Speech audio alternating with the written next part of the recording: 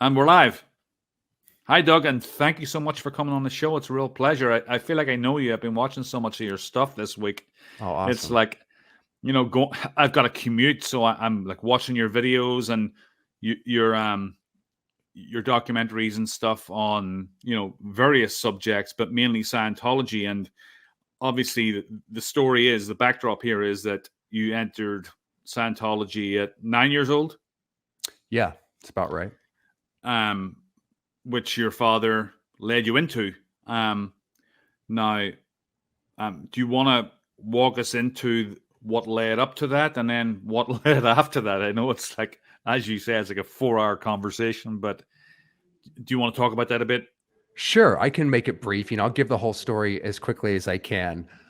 So yeah, around 9 or 10 years old. Of course, I don't remember exactly when, but I was young, and my dad, he actually explained this to me. So I have this is because as I became a Scientologist, he would open up and tell me how he got into it.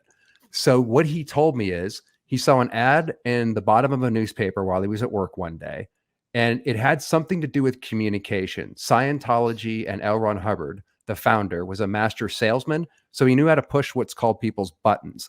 And one of the buttons is communication. Sometimes people have a problem communicating or whatever. That was my dad's button because he didn't know how to communicate very well with the family. So it said Dianetics, which is the precursor to Scientology. And sometimes, by the way, they'll sell it under Dianetics because Scientology has such a terrible name. So my dad didn't know it was Scientology, but he just saw this thing that said Dianetics, learn how to communicate better. So that triggered him to go down to the local mission, which was only about 10 minutes away from where he worked. We live in Camarillo, California. His work is in a place called Ventura, California, and the mission, or I'm sorry, Oxnard, California. And then Ventura, California, which is where the mission was, is about 10 minutes away. So he goes down there that day, and he came back a completely different person. I don't know exactly what happened that day, and we can get into it more, and I can give you my guess. But to make a really long story short, he had some form of hypnosis going on because his eyes looked different. They were kind of dead, and he started talking differently, already talking in Scientology language. So In he one spent, day. yes, because what I think happened is he spent the entire day and night down there and actually signed up and started the communication course, which we can talk about a little bit later. That's what would have given him that stare and the funny way of talking and already being indoctrinated into Scientology words if he was down there for 8 or 10 hours that day, right? So what happened is, this isn't always what happens. They don't, it usually takes a little time to kind of hook someone in, but sometimes they can get into it right away. What they did is they took my dad. What they have any aspiring Scientologists do is they have you fill out a personality test, which is 200 questions, and then you go into a room and you have it evaluated by the Scientologist, and they're trained how to find your ruin. A human translation is a vulnerability. So they found my dad's vulnerability, and after that, they say for $50, Scientology can handle that, whether that be cash or credit. So they get you right onto the course that day if they can. So I imagine he would have been doing the communication course, learning the terms, and he came back with that hypnotized look. And also, they have what's called, where they find that ruin is called a reg cycle, or a registration cycle. How much money can we squeeze out of this guy that we just broke down? So they tried to sell my dad an auditing package too. All I know is that the figure that he needed to borrow from his brother when he came back to the house that night, he said, I need to borrow $10,000 from my brother, which is money we didn't have at the time, because I want to give it to the strange new thing I discovered called Scientology, which I know is going to help me out in all of our problems. That's what he came back that night saying to my mom. My mom didn't know what was happening. They fought, and I slept upstairs, and I could hear him every night for weeks on end arguing about this thing called Scientology. I had no idea what it was. I did recognize the change in my father, as did my mom. It freaked all of us out, and we didn't know what the hell it was or what they did to him that day or why he was coming back asking for this money. It was a complete blindsiding, you I'm know? sorry, what year is this, Doug? I was born in July 1973. If I was 9, this would be 82, 83-ish. So this is 82, 83, before the internet, before you could type in Xenu, what are the secret society, any of it, bro. We didn't know anything about this. So what happened, to make a long story short? I want to emphasize that once somebody gets into Scientology, they train you down there how to get everybody else in, that it's a do or die mission. And it's a serious thing where you're indoctrinated very quickly on how to handle family members or anybody that's going to be negative about it. Because L. Ron Hubbard knew that it was a cult and that when you bring it home to the family, they're going to have questions. So my dad was already drilled on day one on how to handle the potential questions. What is it? Blah, blah, blah. What they're trained to do is to then break down every other person, again, with things that they teach you on the courses that you learn. So my dad was very quickly getting trained on how to handle objections from me and my mother. And one of those ways that they handle that is they say, before you say that this is negative or what happened to you or what do you mean, come down and check it out and see for yourself. Do you want to make a decision on something that you don't even check out for yourself? So that's the hook to get my mother went down there and said, fine. Because my dad was serious about this and they programmed him hard on that first day. So it was actually a matter of, if I'm not allowed to do this, we might have to get a divorce. So rather than my mom wanting to possibly face that, it made sense to her, okay, let me go check it out before, maybe it's not so bad. Maybe I'm, overreacting. So then they got her into that room and found her ruin, and she went through the same thing. So now both of them are on board, and then they were trained how to break me down. And the way they would do that, now I was a resistant case. It took me a long time to get into it because I didn't know what Scientology was. I just didn't like it right out of the gate. I knew something was wrong. So my parents would sit me down when I'd ever have a problem in school or with a girlfriend or whatever. And they would say, they would let me offload for an hour or 2 hours. I try to be honest and open with them. And then at the very end, they'd say, we'd like to pay for a course and have you take it down in Scientology because we believe that it will help with your problems in this particular area. Every time they did that, I told them to go fuck themselves. I would slam the door. I would walk away. When I had a car, I would drive away. I resisted forever, but eventually they did get me down there. And Scientology doesn't hit you with all the crazy shit until you're very deep into it. The initial courses make a shitload of sense. And we can go into that stuff later too, if you want. Right. But they really only got me around 19 or 20 when I was in a vulnerable or a transitional point, which is when most people fall into cults. And I had enough indoctrination because eventually, rather than being punished for 3 months, what they would say is, do you want to be punished for a month or 2 months or whatever? Or we won't punish you if you take a week course down at Scientology that we believe will help you. Eventually, that proposition seemed better than being locked up in my room for a month away from my friends. So as I went down there and did the courses, the seeds of indoctrination were going in bit by bit. And as I said, it makes a shitload of sense at the beginning. So I was already primed and pumped by around 19 or 20 that when I hit a broken point, they were probably going to be able to get me in. And they did. I immediately took to it. I'm making a long story short, but I had been in and around it for most of my childhood. I knew what to expect. I knew what to say in that room to tell them what my ruin was. I had plenty of ruins I wanted to offload. I finally trusted them and I went with it. And from about 19 to 20 up until 33, I was completely over head over heels. I thought I found the greatest thing in the world. They promised you that they have an answer to every problem you ever had. And it really seemed like Hubbard did. I didn't know I was involved in a quote unquote satanic cult. I didn't know I was being put under hypnosis in their drills and their choruses. I knew nothing about hypnotism. I knew nothing about the advanced psychological techniques that Hubbard was using on us. So to me, it seemed amazing. And I'd never experienced what I've experienced down there in the way of going into an altered state of consciousness. I knew nothing about that. So I was having revelations, experiences, and very heady trips that were the equivalent of dropping acid. And because I wasn't doing drugs, I felt like, dude, if I can feel this way, have these kind of revelations and learn all the secrets to life and be around what we were told is the most ethical, brilliant man on the planet, then I found my freaking spiritual home that I didn't even know I was looking for. And then a long story short, the only reason I got out, this might have happened anyways, because it's a long story, but I was subconsciously starting to wake up before this event happened. But I was in an acting class in Los Angeles. I was trying to be an actor. Then finally I broke through or whatever. And that's a whole nother story. But right around the time when I broke through, my somebody dropped a book off on my doorstep. This one. It's called Combating Cult Mind Control by Steve Hassan. As soon as this guy dropped this book off, we were programmed in Scientology that anybody that says anything negative about Scientology, we have to go down to the church and report them with something they call a knowledge report.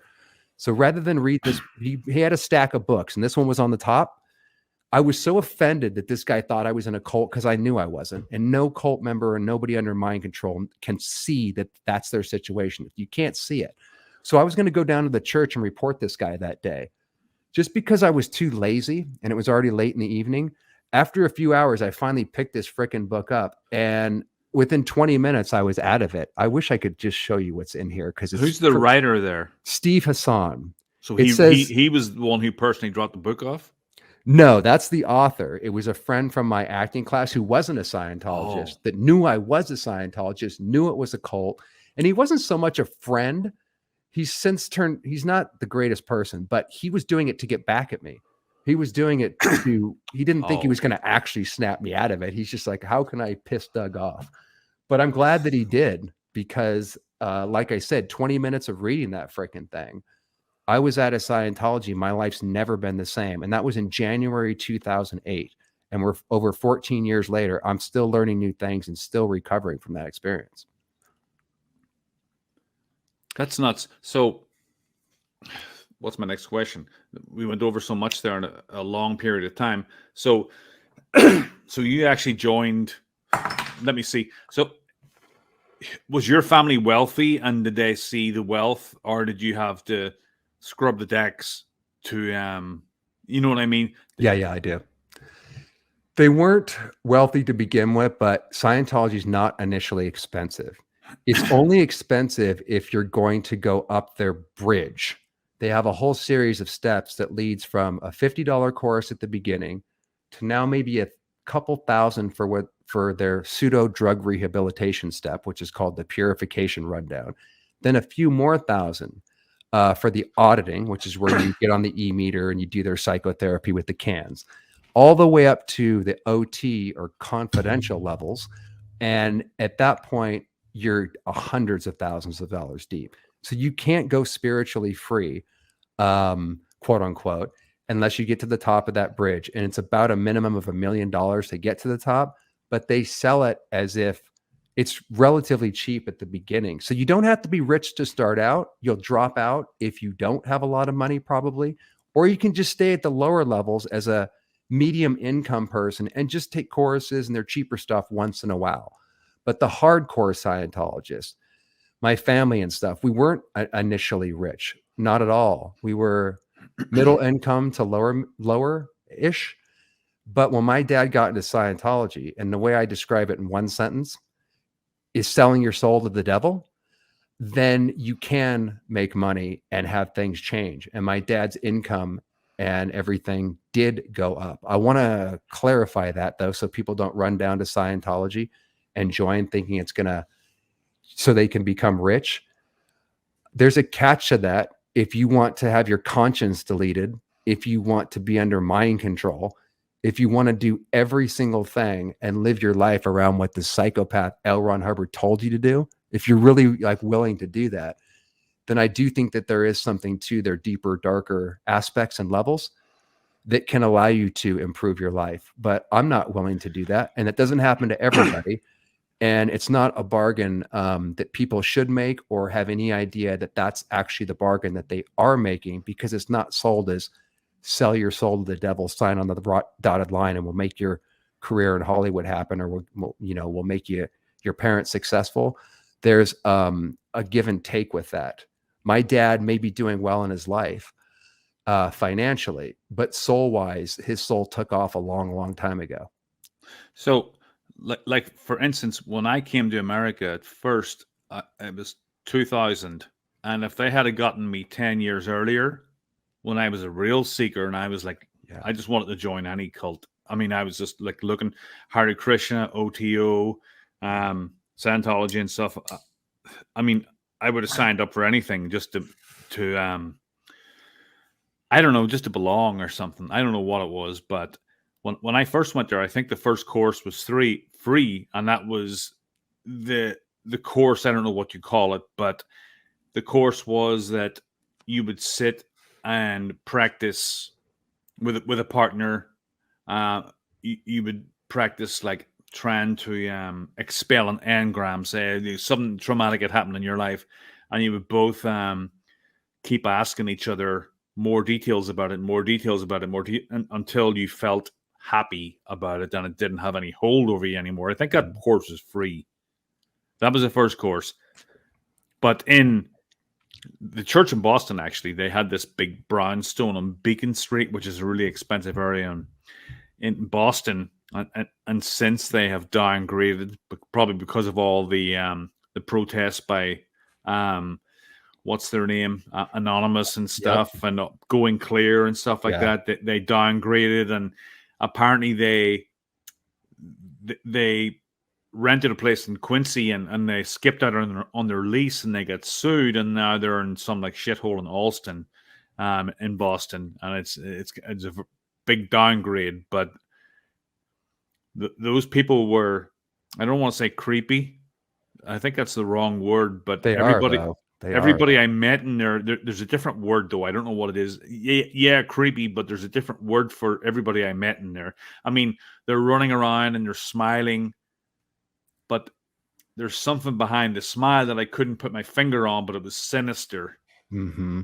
And because I was older, I kind of picked up on it right away. I'm not, I'm susceptible to things like cults and stuff in the first place. That's good that you even know that about yourself, because most people would say that they're not, when everybody kind of could be at the right place, right time. Yeah, and I felt these people were just kind of like nerds, but yeah, that's a great point, by the way. Extreme nerds, but with no personality, no sense of humor. Yeah, and I just felt, because I have a sense of humor, so I was like trying to joke with them all the time, and I wasn't getting anything back. And I'm like, what's wrong with these people? They're like just party poopers, they don't laugh at anything, and it's just like, And I remember when I was taking the e-meter test, the results of the auditing course I had just taken. The guy was like I was holding the cans, and he was asking me questions, and he kept looking up whenever I answered a question, really, really sinister looking. And he would he would just peer at me, and I'd be like, what the fuck's wrong? This guy isn't, was he not believing me or something? Because he was asking me, how did you find the course? Was it beneficial to you? All that kind of shit. I don't know what that course was called. It sounds like some kind of Dianetics course, by the way. If you would have sat down there and done engrams, it would have been some form of what's called Dianetics, because that's where you run the engrams, and they also would introduce new people via Dianetics too. So I'm sure you did some version of that. Yeah, and they said if you weren't comfortable sharing this with a person, you could do it with a dummy. You could have a dummy in front of you, just like some kind of a dummy, and you could share with the dummy. You were doing Dianetic auditing and practicing how to be an auditor. Right. Well, that's the first thing I read was Dianetics, and I couldn't make head nor tail of it, but I did notice the archaic language in it. He was calling black people Negroes and stuff like that, and that stuck out to me. I'm like, this guy's from a different era than I am, and he was kind of, I can't remember exactly, but in Dianetics, I think he was like looking down on black people and stuff like that. Yeah, everybody. He's a homophobe. He's a racist. He's a very evil man. The only reason that kind of stuff went over my head, because you're triggering a lot of memories, man, is because there was something about, once I got hooked on the auditing, once I experienced that altered state of consciousness, that kind of, first of all, it was shutting down my critical thinking. And then he would say it kind of in a humorous way where you couldn't tell if he was joking or if he was serious. Remember him talking about Chinese people, he'd call them chinks, and then he would make, this really racist comment about black people, but he would like laugh like any sociopath, or he would kind of get like a crazy guy with his fucked up teeth. Yeah, it's amazing that all that I sussed all that too, man. I mean, like I said, I was what you reminded me of? The nerd thing. There was, when I first went down there as a kid, that's what I saw too. I was like, there's something seriously off with these people.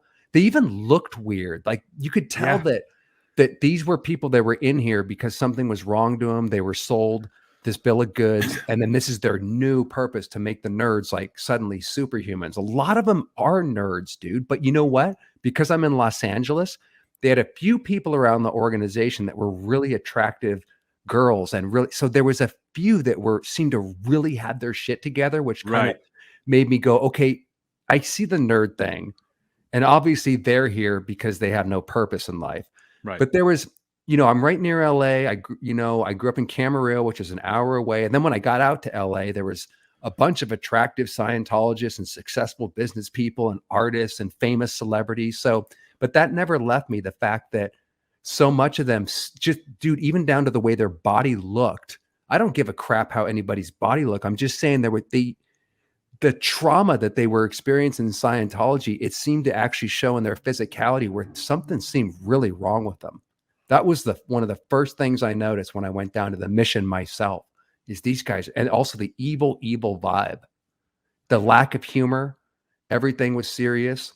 Yeah, there was a serious lack of humor. So you joined Yeah. eventually joined the Sea Org, which for anybody No, I did not. I never you signed that. didn't. I never signed that billion-year contract. I did join staff temporarily just to differentiate real quick. Back in the day, they had missions. They don't really have them anymore. You do have to kind of sign that billion-year contract because they have big organizations that are being pushed. But back in the day, you could sign a staff contract for 2.5 or 5 years. And I signed the one for 2.5 years. And I last 2.5 weeks before I fucking went nuts. That's a whole story I cover on that Scientology series. But I did not join that billion-year contract, even though they must have tried to get me. I've been locked in rooms. I was taken above Celebrity Center here in Los Angeles, told to look out at the world. And what are you doing wasting your time trying to be an actor? We got to save the planet, Doug. We got to get you to sign this contract and be in a bigger purpose. I had to resist a lot not to sign that contract, but they never got me because I felt super guilty, bro, just trying to be an actor. I really wanted to join their team, but it was too much of a sacrifice. I knew what they went through, and I wasn't willing to give up my life, even though I believed in the cause. That's something they play on real hard, bro. Once they got you hooked on Scientology, even if you have a lot of money, they will try to get you on staff because it's hard to get people to sign that billion-year contract. They basically work for free 7 days a week, and you're going to be their slave, and that's hard to get somebody. So whenever they have somebody that's hooked on the line, part of being a Scientologist is constantly having to resist signing that freaking contract under extreme pressure and guilt.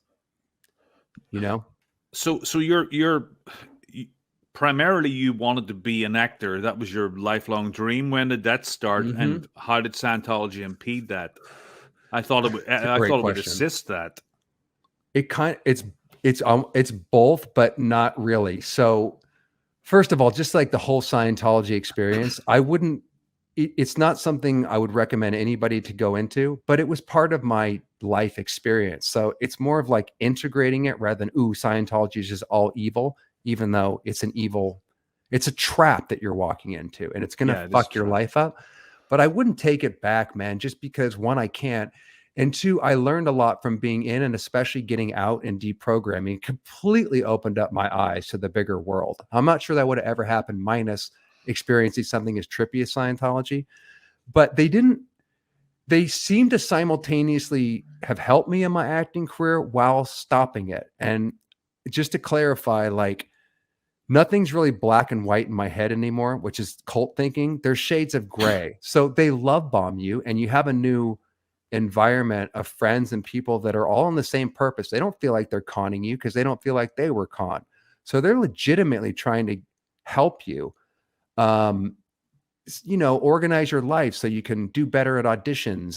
They do know some casting directors. Maybe they can help get you to see this person. Not so much the connections, but they're dedicated to helping you become a better Scientologist because they believe in it. So it seems to help you. I never would have moved to Hollywood, bro, if I didn't join Scientology, because it would have been too intimidating going into that big of a world.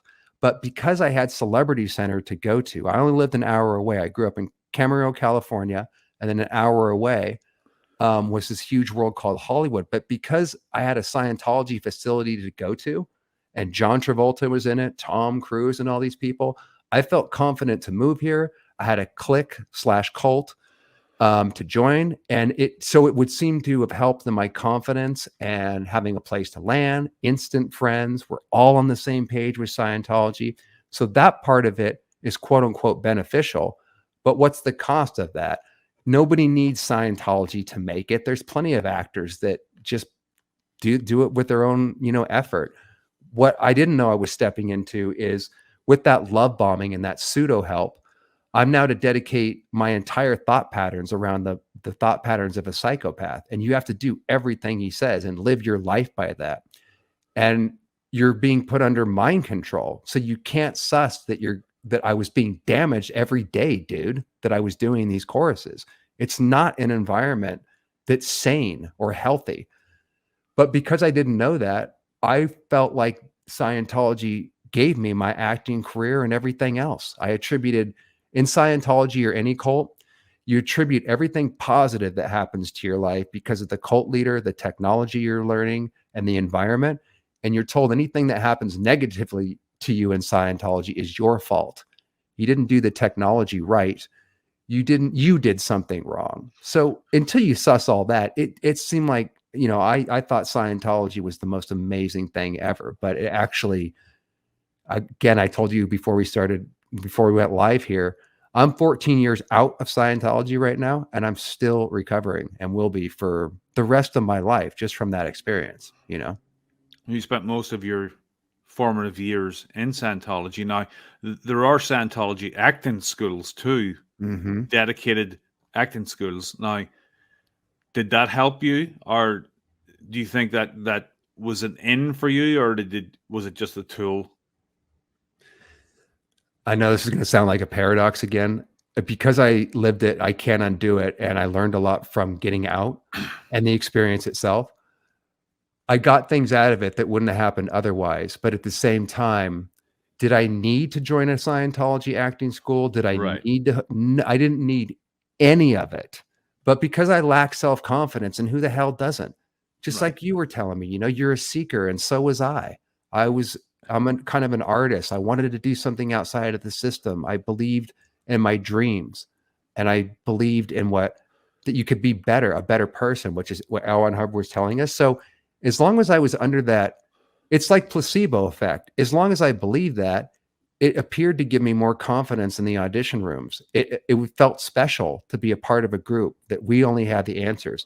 It also caused me to shut down my emotions, become a secondary sociopath, and look down on anybody that wasn't in Scientology. And just to give you an idea of that, the programming and the know best is so extreme in Scientology that even though I appeared to be a normal person to my non-Scientology friends on the outside, I learned to look at the outside world like any cult member does as very evil, and these people are wrong. And until they get rid of their reactive minds, until they run out all those engrams like you were doing, these are lesser people. I had no sympathy for homeless people. Scientology has this phrase that says, we make the able more able.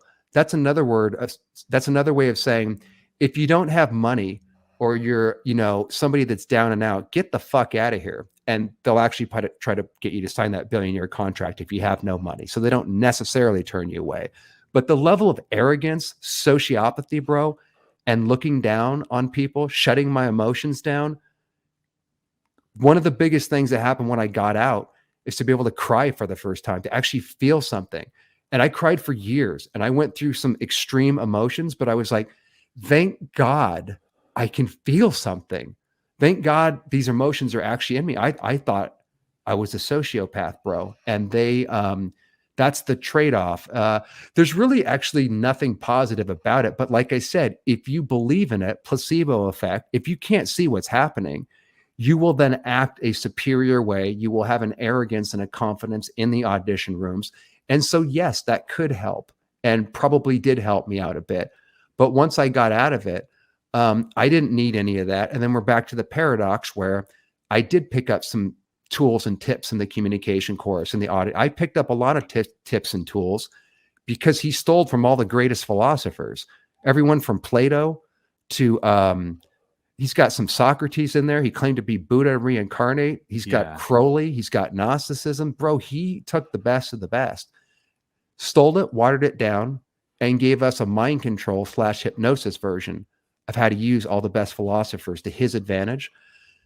But nobody needs any of that. Skip Scientology, skip the mind control, study the best people, go within, and you can access those altered states of consciousness that you get in an auditing session anyways. That's a natural part of our mind. There's ways to do it where you don't have to pay anybody a dime. You don't have to look up to any guru, and you can find all the answers with your own study and your own effort. I don't think you need anybody to do that. And by the way, that right there, that's the biggest thing I got out of the entire experience of being under mind control and getting out, as torturous as it was. It allowed me to see through all the bullshit and to trust myself, because that's why I got sucked in there anyways. I didn't know who I was. I thought the answers lied outside of me. And I thought that I have to look to authority figures, government, my parents, my cult leader. I'm just little me. I have, nothing. I need to look to other people to tell me what to do. Because that wasn't an option when I got out of the cult, it forced a lot of trauma and going within and forced study to understand what happened to me. And that's the greatest gift I ever got, because I realized we already have all that in us. We don't need any gurus to tell us shit. But I wasn't going to pop out of the womb with that. I'm thankful for the Scientology experience for crushing me so badly that it forced me, because Cornell, if I didn't have to look for my own answers, like the main thing about Scientology and what was so attractive is they say all you have to do is follow this carefully tapped path, and one for one, you'll be free. Life is much more complex than that. No one person is going to give you the answers. And unless you're challenged to step outside of the system and the consensus reality, which Scientology forced me to do, I never would have doubted my superiors, and I would believe what I'm told. You know what I mean? And see if the guy agrees, that you're texting. Sorry, 1 second. I was just playing that. I was just playing on my iPhone as well. So you come out of Scientology at age 33. How did that happen? I mean, I think I've heard you say one day that it hit you one day.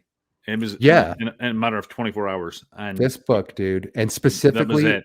This was it. And by the way, I'm not in it anymore. So it's kind of like looking at my life from outside. Everything makes sense. The whole journey. When I was living it, everything seemed random.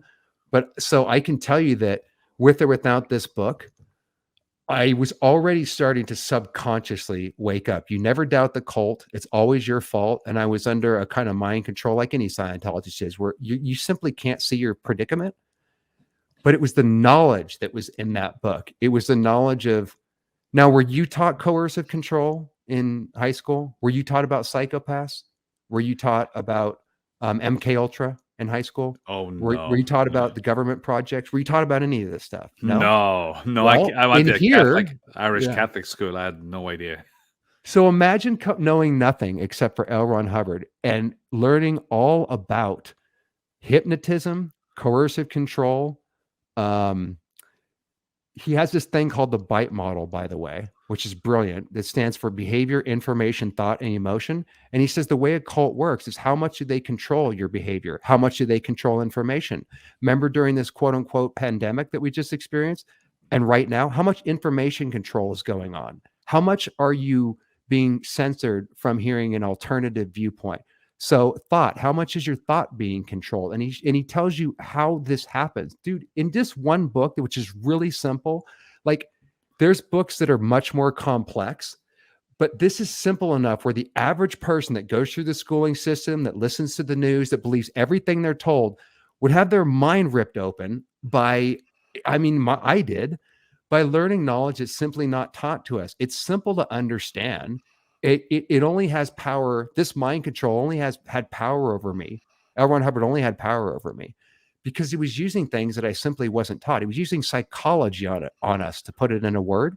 So once you learn that psychology, which is completely absent from any discussion on the news, any discussion in high school, I had my fucking mind blown by this. And I was like, what's the next book? How much? Like that took me down a rabbit hole that gave me so much information that's out of the official narrative. My first question was, why on earth wasn't I taught any of this? Why aren't we teaching our kids this?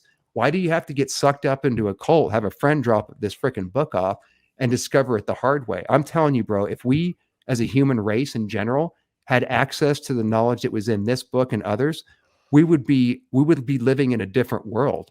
I never would have stepped into Scientology, and the way that we are controlled would be impossible. But until you know that, it's a weapon.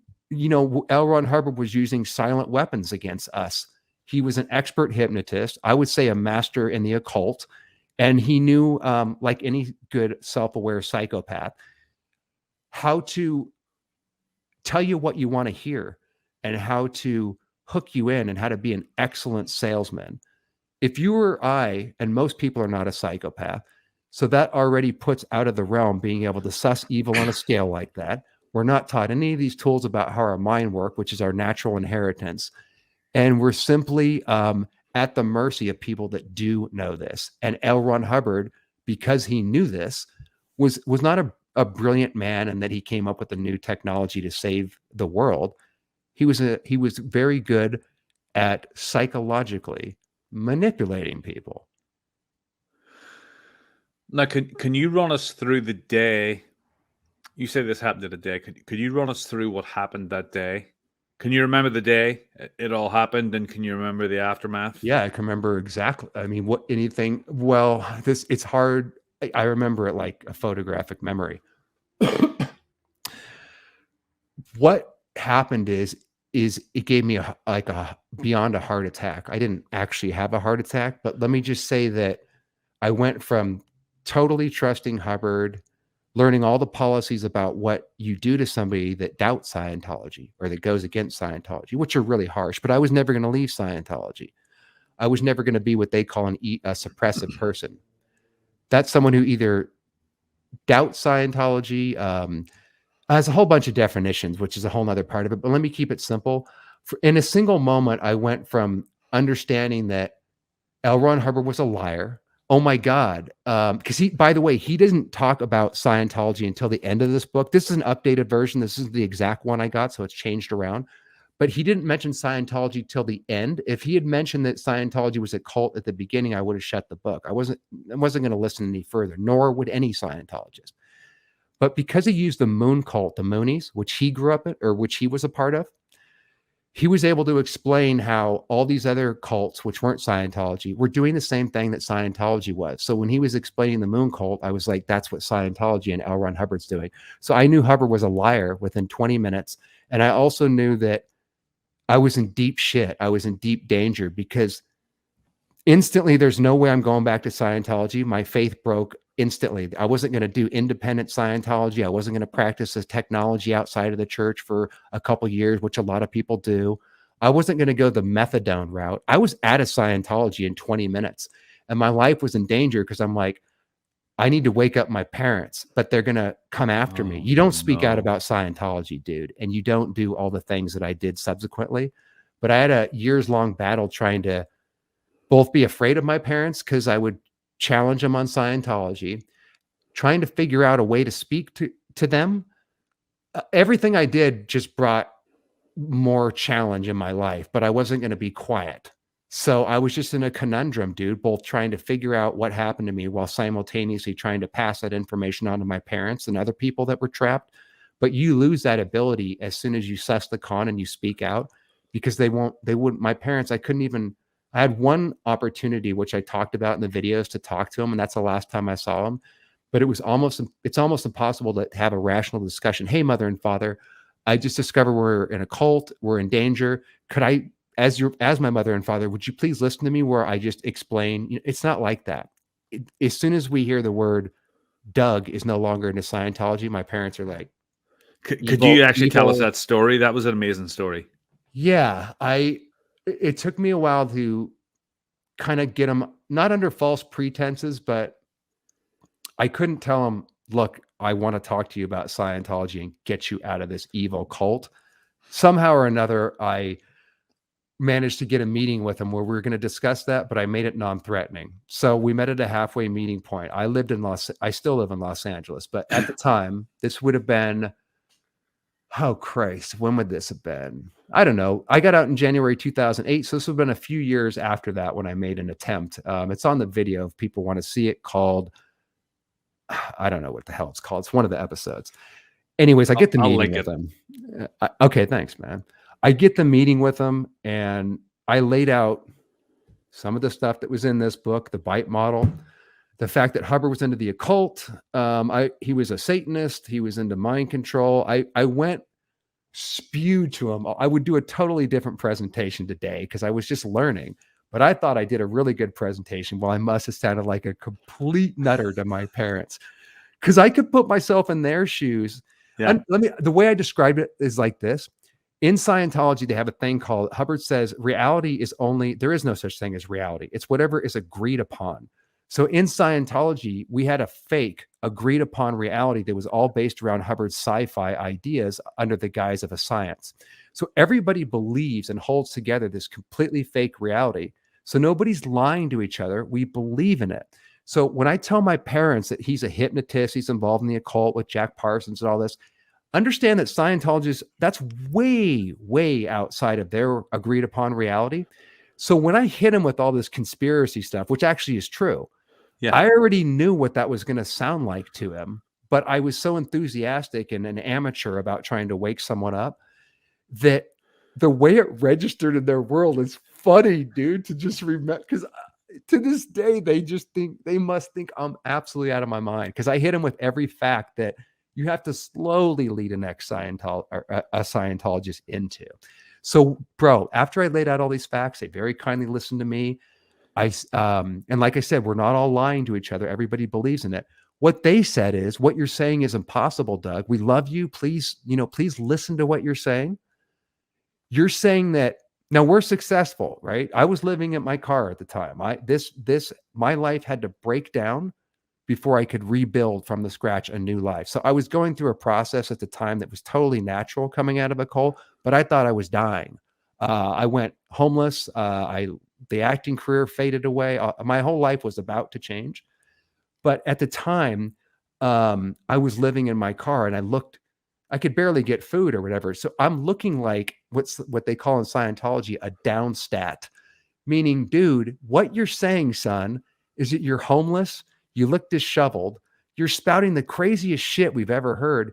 And you're saying that only you have figured out this grand conspiracy that's going on with Scientology, and your parents who are successful, John Travolta and Tom Cruise, who you looked up to, remember, you wanted to be an actor because they inspired you.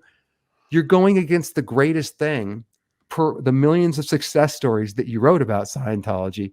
You're saying there's a grand conspiracy. Scientology all of a sudden didn't help you, even though it gave you your acting career. You're living out of your car and you're spouting the craziest shit we've ever heard. We're not all in on a conspiracy, Doug. We're not all lying to each other. You know that this is the right thing. You're not this one guy that just figured out that we're, this conspiracy and we're all lying to each other. So do you understand, like, that from their viewpoint, I was like this one, homeless guy spouting crazy shit, trying to tell them they're in danger. And from their agreed upon fake reality that they're living in, which I was a part of, it sounds impossible. So that was it, dude. They wished me luck and they just basically got up and left. And I haven't seen them in person since that moment. And I have taken a crack at like emailing them, not lately, but in the past, I used to email them, pieces of the bite model here and there. I learned the hard way that my parents are never going to leave it. It's not my job to save them or anybody, but it's not uncommon to initially want to do that. And it's their choice, rather. They're going to be in for the rest of their life. That's another story, as to explain that. But I finally just realized, look, I got to live my life. They got to live their life. I always would, hope they'd snap out of it or whatever, but it's just, they're too invested. And to take the side of me and to honestly take in what I was saying that day would be to threaten their reality and everything they built up through Scientology and all the nasty things that they did to me and the rest of the family in favor of Scientology. They would have to introspect and look at what they did by going to sleep for 30 or 40 years. That would be unconfrontable. And they're like in their late 70s, early 80s, probably, dude.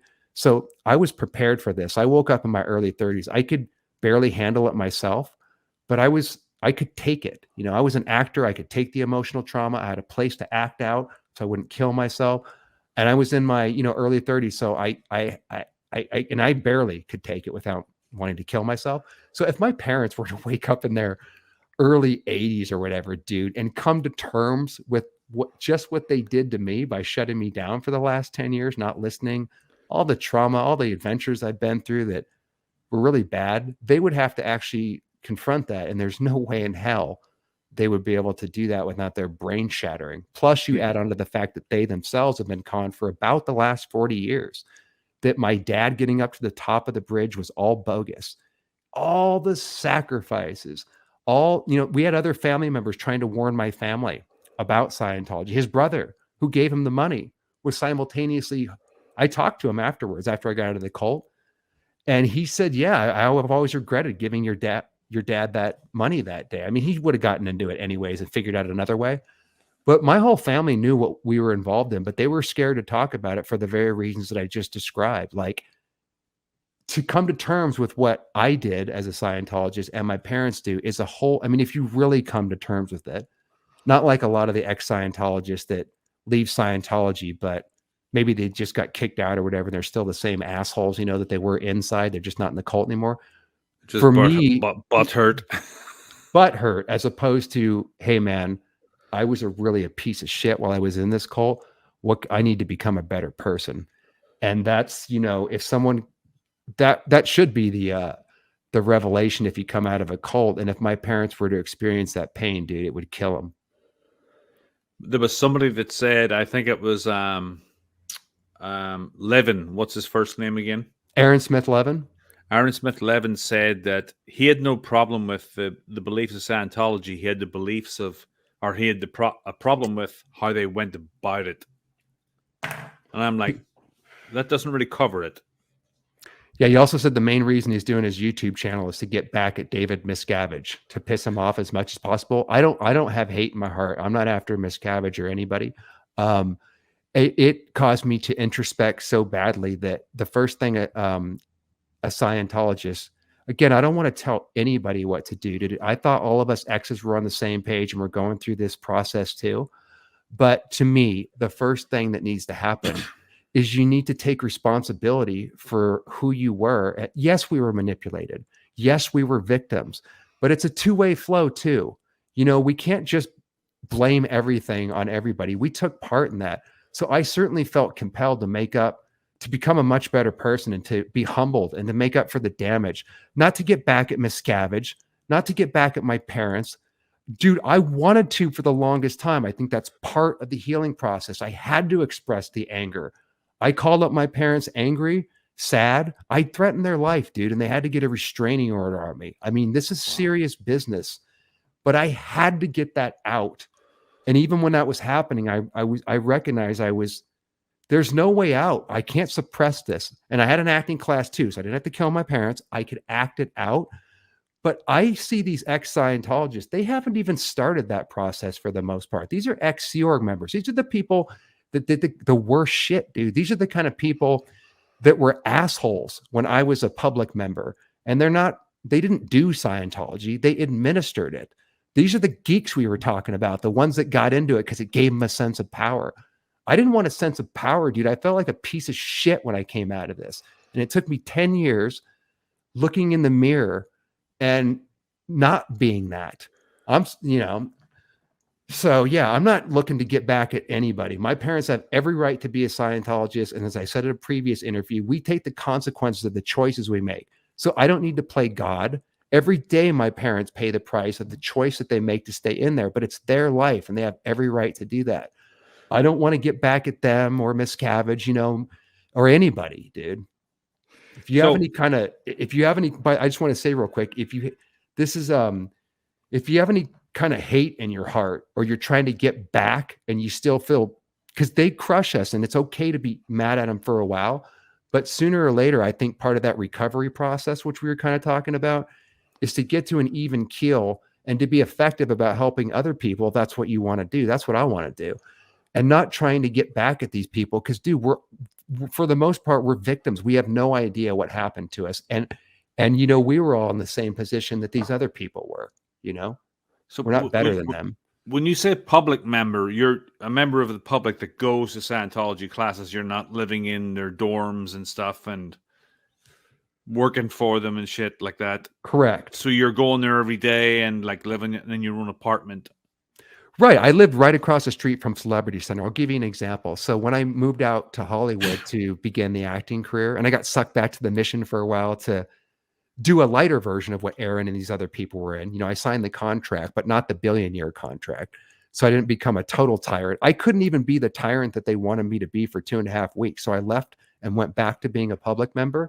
But I live right across the street from Celebrity Center in Los Angeles. And for the listener, Celebrity Center, you don't have to be a celebrity to go there. But L. Ron Hubbard tried to hook celebrities, and they have celebrity centers all over the world. That's where you go if you're an artist, or as specifically here in Los Angeles, the actors, producers, writers, screenwriters, etc., that are also Scientologists. That's where we all go and hang out and get brainwashed. So I live right across the street there. Every day I would go. If I had the day off and I didn't have to work, I'd go from 9 a.m. to, I believe it was either 9 or 10 p.m. I go full time, and you have to do 40 hours a week when you're on auditing, or that's minimum. And they have you lay out how you're going to schedule that 40 hours a week. So, dude, I was working multiple jobs, working more than full time. And then I had to put in the minimum of 40 hours a week, another full time, either doing choruses or auditing. And that's expected of every Scientologist at a certain point. So every day, bro, when I couldn't make it, you have to make up hours. And when I wasn't there, I was listening to L. Ron Hubbard lectures when I was at the gym, on set doing background work. And then when I started, actually getting real jobs, I would just go into the corner and listen to Hubbard. It was full on 24/7. So I think it was Chris Shelton. He's another ex-Scientology member. Mm-hmm. He was interviewed on Andrew Gold, and he said that Hubbard he died before the internet, and he didn't have any response to what the internet would entail. Mm-hmm. And the internet, that's a good point. Ever since, it has been declining. And then you had the documentaries, and you had the protests by Anonymous and stuff, and it's been declining ever since. Do you see a kind of a situation where Scientology will be whittled down to a few thousand people, and they'll retreat to a point where they become threatened enough? Hold on, let me back it up a bit. Sure. One thing I haven't, with many cults, one thing I haven't come across in Scientology is the sexual abuse part. I haven't heard much about that. There's plenty of that. There is? Yes. It just has yet to either. That's a great point. I'm glad you brought that up, because that happens a lot, but that hasn't been covered because of the very censorship we're talking about. As soon as you throw the P word out, you're not going to get that on too much on Leah Remini's show when she's talking about Scientology, although she squeezed a little bit of that in there. And Leah would probably have more. Leah Remini, by the way, did a television show that kind of put Scientology on the map as to how evil they are. Most people thought up until that point. This came out in 2017, and it's called Leah Remini, Scientology in the Aftermath. And she's a celebrity that had been in and grown up in it her whole life, and then came out, with kind of balls of steel. And, she's probably helping out to, why we have Danny Masterson on trial, and why such a spotlight's being shined on them or whatever. Because, I'm sorry, I fucking forgot the question. Who's Danny Masterson? Let's cover that first. Sure. Danny, by the way, for people that don't know, he is on, he's up for rape. He's on allegations. I have to be careful the way I word this. Allegations of rape with 3 different women. He has a much bigger track record of other people that wanted to come forward, but there's only 3 of them that are in this trial. And I ran with that whole crew, by the way. His stepbrother and stepsister were in my acting class. It's we could spend 2 hours just on Masterson. His sister is on The Walking Dead. Walking Dead. She's that chick with the black hair. I didn't even watch it, so I don't fucking pay attention. But yeah, I know she's on The Walking Dead. Yeah, Danny was on that 70s show, and there's been allegations against him of violent sexual assault. Yes, exactly. Now he's on trial right now. The trial started. They're in jury selection mode, and it's going to go on for a few weeks to find out, if he's guilty or not. We were hoping that Scientology might be put in the spotlight more, and it's not going to be taken up too much. Again, if you want to, we can do a 2-hour show in the future just on Masterson, because I really wanted to cover that. I ran with that crew, and I could talk forever about that, but we don't want to spend the whole thing on that. You just asked about it cursorily, right? So just to give the audience ideas, up on rape allegations right now. He, in my opinion, he's a complete psychopath. I know you can't say guilty before proven innocent. So he, like everybody, needs and deserves a fair trial. But I know enough about that case where I have my own opinion, let's say.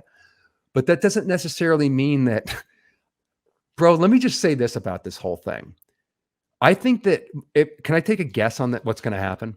Mm-hmm. I think he's going to pay some penalty, but I think it's going to be weak. And Scientology is not going to be put on trial because they're not, and they're only being used to show why the girls were gaslit and took so long to report it, because it happened to them in 2001 and 2003. And they didn't report it till many years later. One of the girls did report it right away, but there's a whole gaslighting of, if you go to you never report those things to police or outside authorities. So it took the girls a while to get away from Scientology. They're no longer Scientologists, to wake up from that mind control, to even understand that they were raped, that something happened to them. So finally they go and report around 2016, 2017.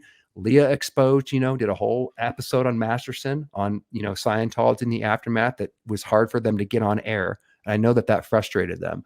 And finally we have him in court. But I think he's just going to kind of, get off maybe one count, and he'll do 10 years, but then get out in 3. And there's not going to be any fucking justice. And the reason I say that, I hope I'm wrong, but specifically whenever you're dealing with Scientology, they're so far ahead of the curve on how to manipulate the justice system, on how to throw people into bogus arbitration. They're protected by the tax exempt status, which allows them an incredible leeway of these psychopathic people and lawyers working behind the scenes. There's no Scientology lawyers, that are working for Danny. He has a top in the business in LA, but normally they'd have Scientology lawyers that would go in there and run circles around the judge. So whenever you deal with Scientology, you can expect a slap on the wrist, Scientology never being held to account, which is why this stuff started in the first place. If I'm not justifying Danny or anybody, but if he was smart, he'd throw Scientology under the bus and save his own ass. Because without Scientology, there's not sociopaths that are going to be created that would cause people to do those things. Again, I'm not excusing Danny. I think he's probably, already.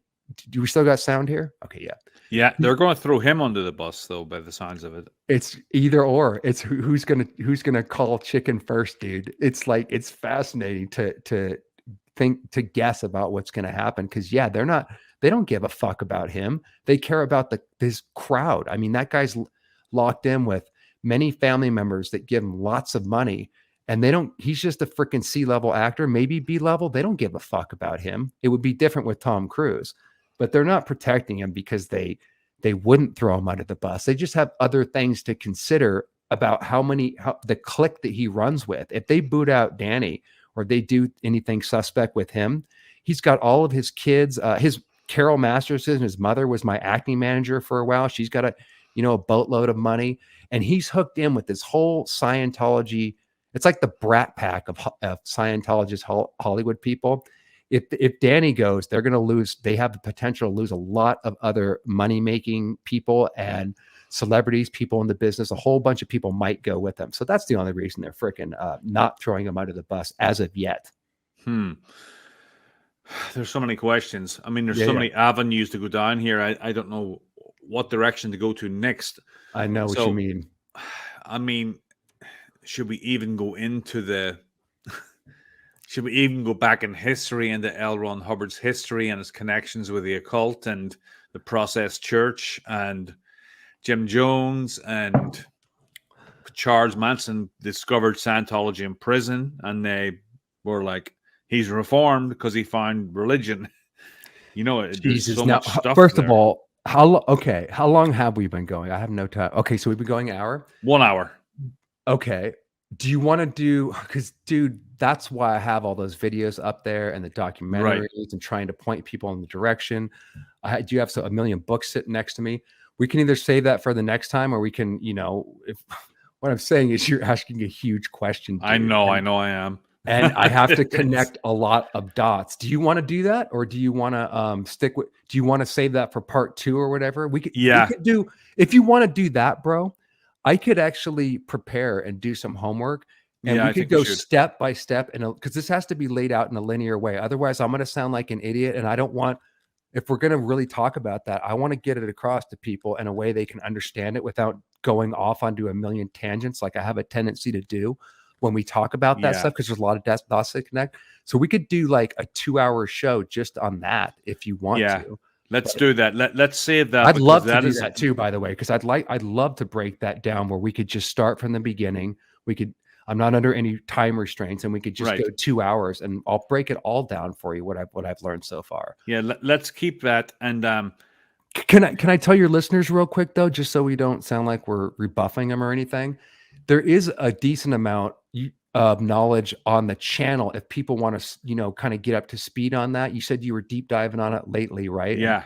so, people can go over there in the meantime, but I'm not trying to impose myself on your podcast Oh no, again, no, bro, no. but Link it. I'd love to talk about this with you. Dazed but not confused. Check his channel out. There's a lot of stuff on there.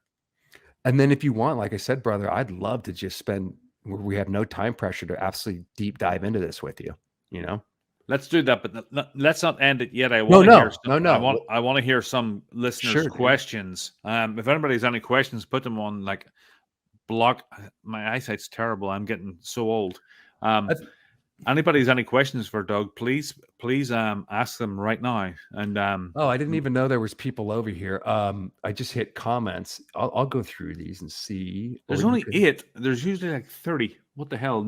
Hey, if People we do must have this got me. again, bro, we can link the channels or whatever, and I can get some of my listeners to cruise over here, and we could have them ask questions, especially when we deep dive into the MK Ultra cult connections and all that shit, because that will probably have some questions. But let's see. MK Ultra. We got Charles Manson. We got Jim Jones. We got the Process Church, which was started by Scientologists. Well, I've been, like I said, I've been doing a deep dive on your show, and there's a well, you've got a lot of good stuff on your channel that should be gone through. It all connects. That's what I like about your show. It's all linked, and that's how you get the full picture of the whole Scientology story is through your channel more than anybody else's. I mean, I'm not taking away from these other Scientologists that have come out, but they kind of skim the surface and they just talk about, yeah, Scientology sucks, and Yeah. I've escaped it. Full stop. But And all the salacious bullshit about, like, I have a video, by the way, up on Danny Masterson that breaks down everything in about 25 minutes. And the only thing that's missing is the latest updates, which I'll do, either during the trial or after. I could speak on that for hours, but it's like, I'm not trying to jump on the latest trend. Do what the channel's about. Thanks for saying that, man, because that's what I've been trying to do. Like, and where I thought the ex-Scientologists, I thought we were going to save the world, and they were seeing the bigger picture too. And they were making the connections. But it's just all about views and like just the latest bullshit topic. What my channel's for is no Scientologists are going to watch it, but when they get out, they'll have a one-stop shop to go where they can watch the series, the interviews, and I'm trying to connect the dots, refer people back. It's where they can, because we need help, bro, understanding that we are under hypnosis. What the hell's that? And there's a whole bunch of things that we as ex-Scientologists coming out won't know about.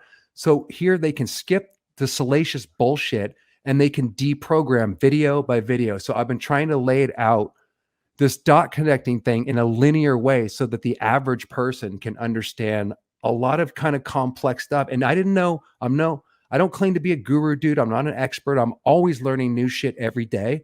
But I did hit a certain point where if you connect enough dots, I think you can fully remove your brain from Scientology, which again, these people help out a lot, and I'm not trying to bag on them. But I look at most of those X's, which are Sea Org members with big voices. They sound to me just like Sea Org members that are still in Scientology. And that's, again, we could do a 2-hour topic on just that. Yeah, We got and to we if got to pick something next time, man.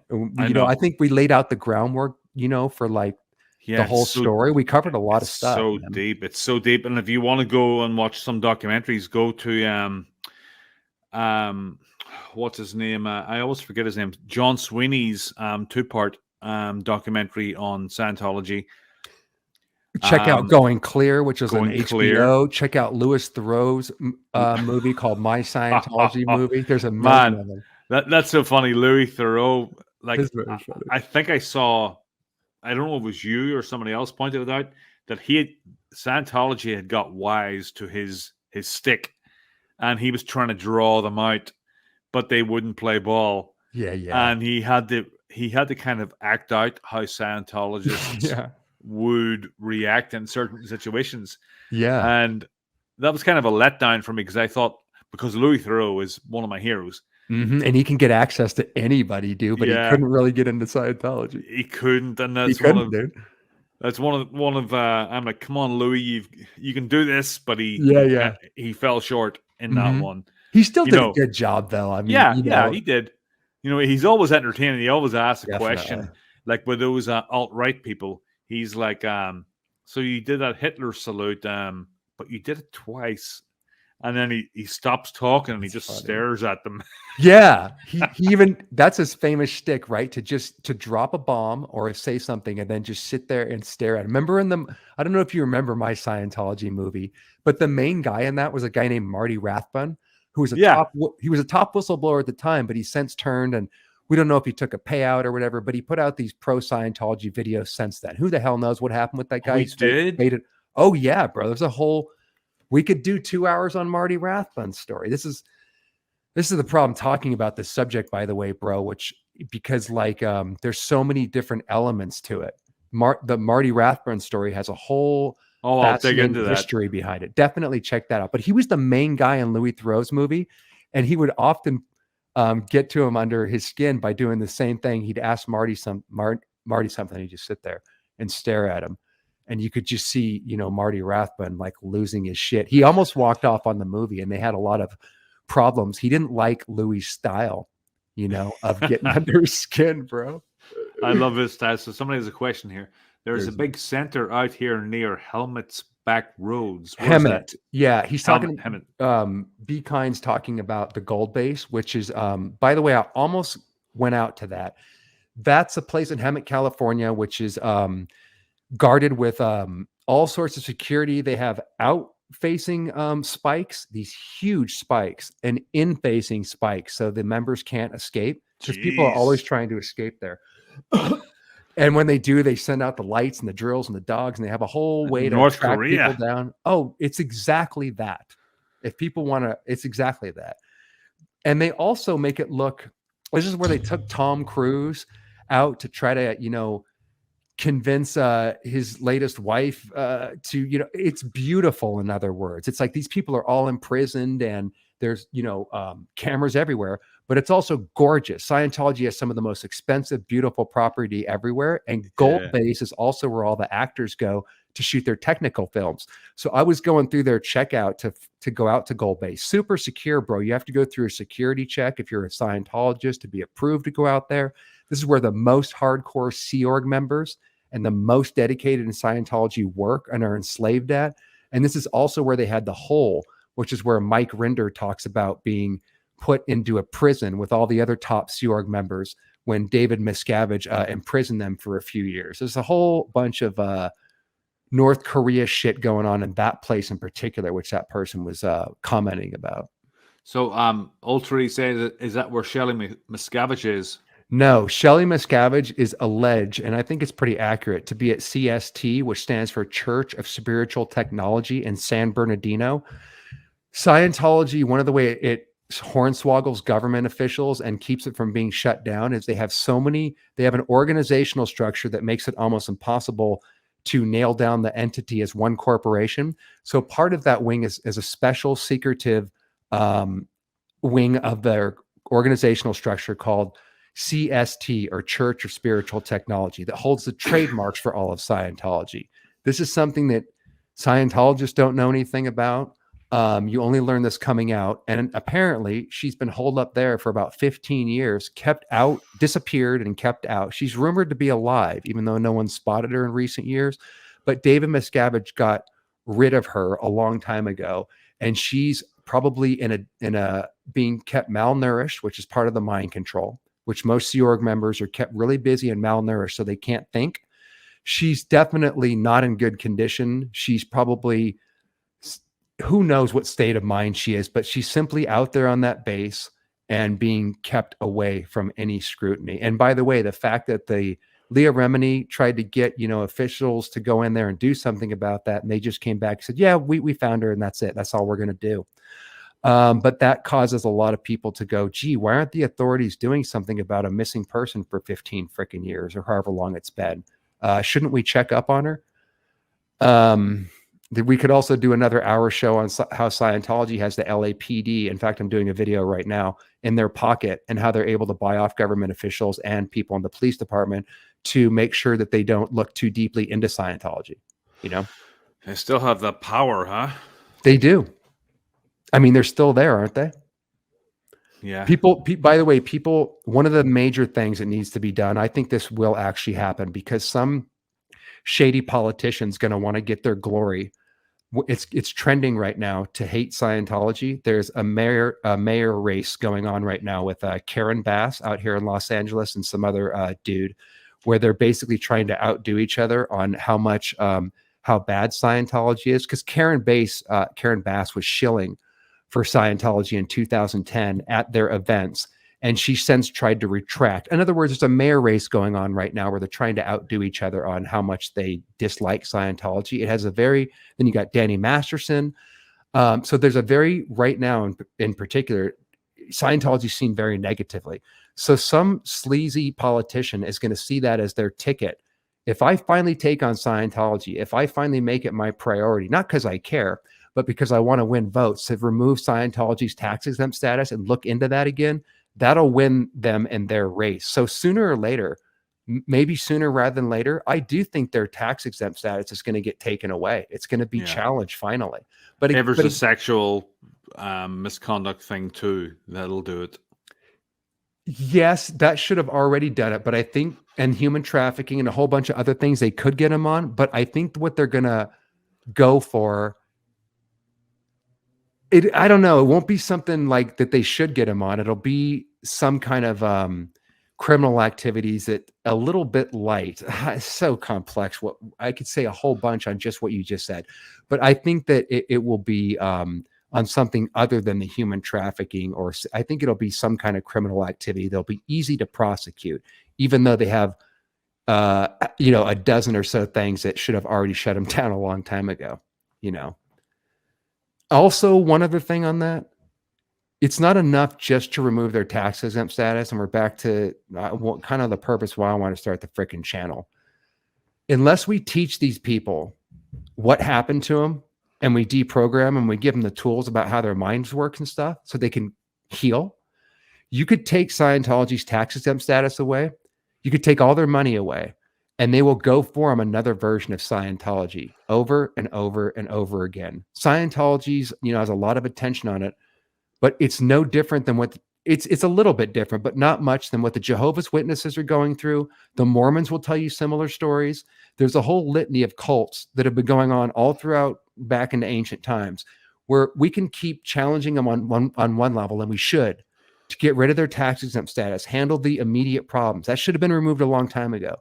But the big picture is these people need to be healed, man. If you would have come along and take Scientology's tax exempt status away when I was in it, you know what the reaction is? It just harms the people, man. You're taking away their God-given right to believe in whatever they want to believe and to, follow what they think is right. They aren't trying to be mean. They don't know that they're under mind control. They believe like I did and so you're not going to take away that fervor and that installed mind control program simply by removing their tax exempt status. You're going to hurt them. You're going to actually leave them out to dry where they can't practice their technology. And they do have the right to practice whatever they want, man. They just don't have the right to do all of the mafia criminal, illegal things that they also get up to by being a part of that church. That to me is like the real solving of not just Scientology, but how can we help people recover from all the other cults and abuses? Scientology gets too much of a spotlight. It's just one microcosm of a bigger macrocosm, you know. And that's what we're going to talk about in our next podcast when you come back. Awesome. And we're going to include, somebody has a question here. Cindy has a Christian Life Center. Is it Christian Science? It doesn't. Can you, Cindy, if that is Christian Science, could you let us know? I haven't heard of Christian Life Center, but I don't doubt your word on it that it's a cult. You know, they have a bunch of ones like this that, Cindy, is that a big one or is it a small cult? They have thousands and thousands of smaller cults. I just saw one yesterday in New Zealand that was 500 people strong, and it was abusing people in exactly the same way with the exact same playbook as Scientology and all these other cults use. One thing on that real quick too, by the way, it's not that hard to do what we were talking about to teach people about this, because all the psychopaths and all the cults are using the exact same playbook. Again, please get books like this and stuff, because once you learn about one cult experience, your eyes can open up, and it really is the same playbook, the same tools, and the same psychology being used over and over. So this Christian Life Center would have very similar things. If it's a cult, you know, I don't know anything about it, but I trust this gal knows what she's talking about. I don't know, but it's big. Okay. And Cindy, you would know, right? So they would be using the same crap almost exactly that Scientology and all these other cults using. It's not unique, you know. I'm gonna look that up, by the way, Cindy. Thanks for that, because I'm always interested in ones I haven't heard of. One thing I always had a question about was, did Hubbard, I kind of find him like kind of an evil genius, but do you think that he came to this? Well, he started with Dianetics and then transformed to the Church of Scientology. Did he have all of these? I'm not too familiar with all of the methods that he used, but did he have all of this prepared, or did Scientology make it up as they went along? That's a great question. He really did make it up as he went along. That's a huge part of it. But this is why we'll deep dive into this in the 2-hour talk next time, because we can get into some interesting stuff as to it wasn't totally off the cuff. There's stuff he learned in the military. There's stuff he learned with Project MK Ultra. Again, he was an expert hypnotist, and he was very involved in the occult. Again, too long to get into, but no, he came in with some knowledge of how to psychologically manipulate people. Since he was a kid, he was a devious person. He's what you call a sociopath, and he was an evil genius. So you add those elements together and the help that he had in getting his cult started, which isn't known about too much, but nonetheless, it's not like he just pulled this out of whole cloth. It still exists, and everybody tried to take it down, but they couldn't. You know, he would sell his soul to the highest bidder. So he worked with a lot of people, which we'll talk about next time. But for the most part, once he had the occult, the hypnotism, first of all, Crowley's a huge part, because that was the key that he really thought. And that's what Scientology is completely based around. And there's something to say about that. It's not just that shocked me. That shocked me, that part. Really? I really want to talk about that. Out. I didn't know that. I didn't know that either. I know that they crossed paths, but I didn't know that they were. He didn't know Crowley, but he claimed that he was very good. But he was into him, and even Crowleyites will say, look, dude, Hubbard didn't know what he was talking about. Fine, man. But doesn't mean Crowley was a maniac too. I don't give a fuck what people say. That was not a good guy. But yeah, Hubbard, like everything, he did a watered down version of Crowley, but it didn't mean that it was not effective. It just might not have been as effective and as quote unquote well laid out as Crowley. But to answer your question, he had such a good imagination, and he was a science fiction writer. And almost all of his lectures, he would get jacked up on speed. He'd read a text from Crowley, particularly on a course called the Philadelphia Doctorate Course. When he first started riffing off these lectures and having people come to listen, he would get jacked up on speed. He was massively into Crowley at the time, would fill his subconscious with ideas, and then go out there on the stage and just start riffing. I have a video on my channel, if people are interested, called the Secret OT3 Lecture, where It's a confidential lecture that wasn't supposed to come out, but there he is rambling about the Xenu story, the ultra secret in Scientology, which is revealed on OT3. That's the level I got to before I cracked and started to wake up. But you can hear him making it up as he goes along. You can hear the science fiction mixed with true stuff, mixed with the occult, mixed with pieces of cheese that actually do ping on some certain truths, but are so delusional at the same time. He's riffing on the spot like a jazz musician. And you can tell in most of his lectures, he's completely making it up, dude. He's an interesting guy, man, in terms of being able to pull shit out of his ass on the spot and make it sound convincing. But also listening to him now, he sounds like an idiot to me. And editing these things, it drives me crazy listening to him. So I hope people understand we're under a literal spell. He seemed a very different person. He seemed a beautiful man, even though he's ugly. I didn't see the rotting teeth. I didn't hear the annoying voice. When we were under hypnosis, everything about him was different. I loved listening to him in the cult. I can barely take it nowadays. I saw him differently and he sounded differently to us. Because people go, how can you even listen to this jackass? Why wouldn't you leave when you put on the first tape lecture? So I try to lay out the trap and let people know that our critical thinking is being shut down on that communication course. We're being put under hypnosis in the auditing. We're not thinking clearly. We're not hearing and seeing the things that you guys can obviously see because you're not under a fucking spell. You're outside of it and you can see it. Because, dude, it looks so stupid. And sometimes I feel like an idiot even talking about it. But since I lived it, I'm not a dumbass, I'm not the brightest person, but I'm not stupid like a lot of us aren't. I just understand that there's psychological mechanisms that we're back to the point we talked about earlier. We're not taught about it. So if you don't know there's weapons being used against you that are invisible, anybody could fall into something like Scientology. If you're vulnerable, if they get you at the right point, or if you learn some basic or maybe even more advanced psychology, a hypnotist wouldn't be susceptible to Scientology because they would see exactly what's going on.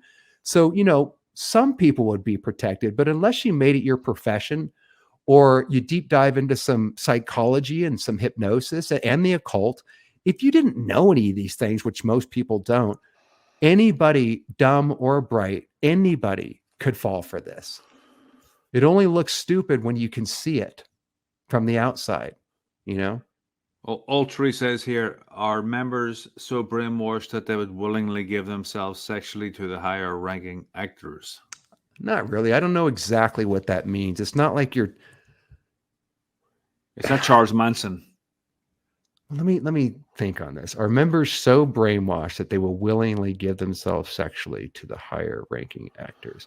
Well, first of all, they're not going to get anywhere near the higher ranking actors because everything in Scientology is compartmentalized and they treat actors not only differently and they're handled differently, but they have a special floor for them. They have a special place for them to park. And they're eventually, when they become famous enough, this is right where I got, by the way, before I woke up, is they have something called the president's office, which was run by a guy named Dave Pettit, who's the president of Celebrity Center. This is where they invite you in when you finally break in. Either maybe you become a series regular on a television show, maybe you are getting hot in the movies or whatever. You then get invited to their Celebrity Center where they're not going to mingle with people that are going to give themselves sexually.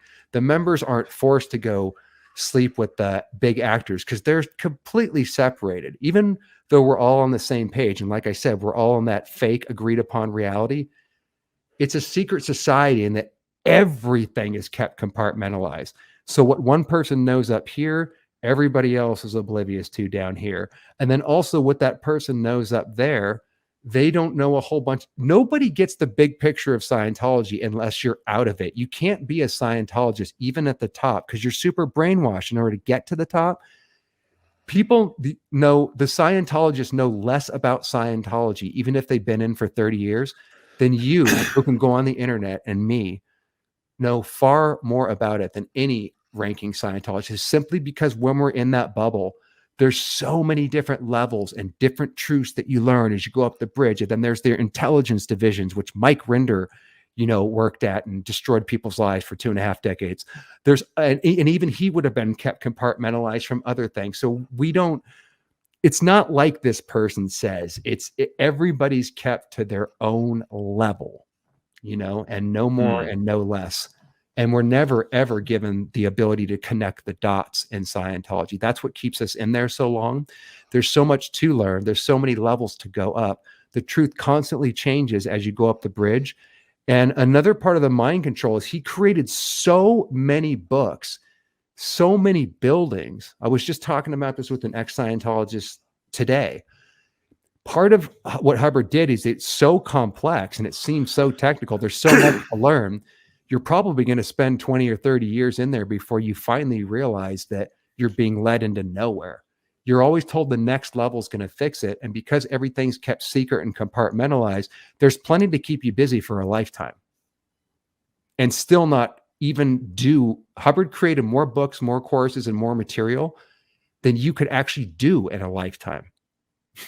It's like this huge maze, Yeah, he was a genius. We're going to pick this up on the next episode. Awesome. I can't wait, dude. We've got to do another one because we didn't even touch on these other guys that we were mentioned earlier. Yeah, and if you want, bro, just tell me what you want to talk about. We could cover whatever you want to do. The MK, we can and the mind control crap, we can go into the connections. We could talk about Danny Masterson, whatever you want to do, and then let me know and I'll do my homework and make sure that I come with my notes in my head so we can go in a linear fashion, because I know we scattered all over the place on this one, but I think we laid a good groundwork on who the hell am I? How does someone get into Scientology? And what are some of the basics of it, right? Do you think we covered some of that? I think we covered the basics. Yeah, we covered your story, and we touched on some of the other stuff. I think people got the message. And is anybody in there in the chat confused, questions, things that they wish they would have touched on? If you wouldn't mind, maybe leave a comment in Cornell's video when this is posted and let us know what the hell you might want to listen to, or what they might want to know about, because I never know. As a part of my life, I lived it, so I know what it's like, but people ask the most interesting questions and things I never thought of. They heal me and get me thinking. So whatever that, maybe if people are interested in subjects, Cornell, we could take the top response and then create a podcast around that. Yeah. An idea. For sure. All right, guys. Well, thank you all for joining us. That was very interesting. I was really looking forward to this all week, and awesome. Me too. That was great actually meeting you after. You too, bro. Watching your podcast for the last 2 weeks and just deep diving. Awesome, man. Again, go to Dazed But Not Confused. It's a great channel, and you'll learn a lot of stuff there. There's a lot of good stuff. Yeah, old Tree, this was an icebreaker, and this was Doug's story. Cool. Although you could probably go into it a lot deeper, but this was a crash course in Doug's story.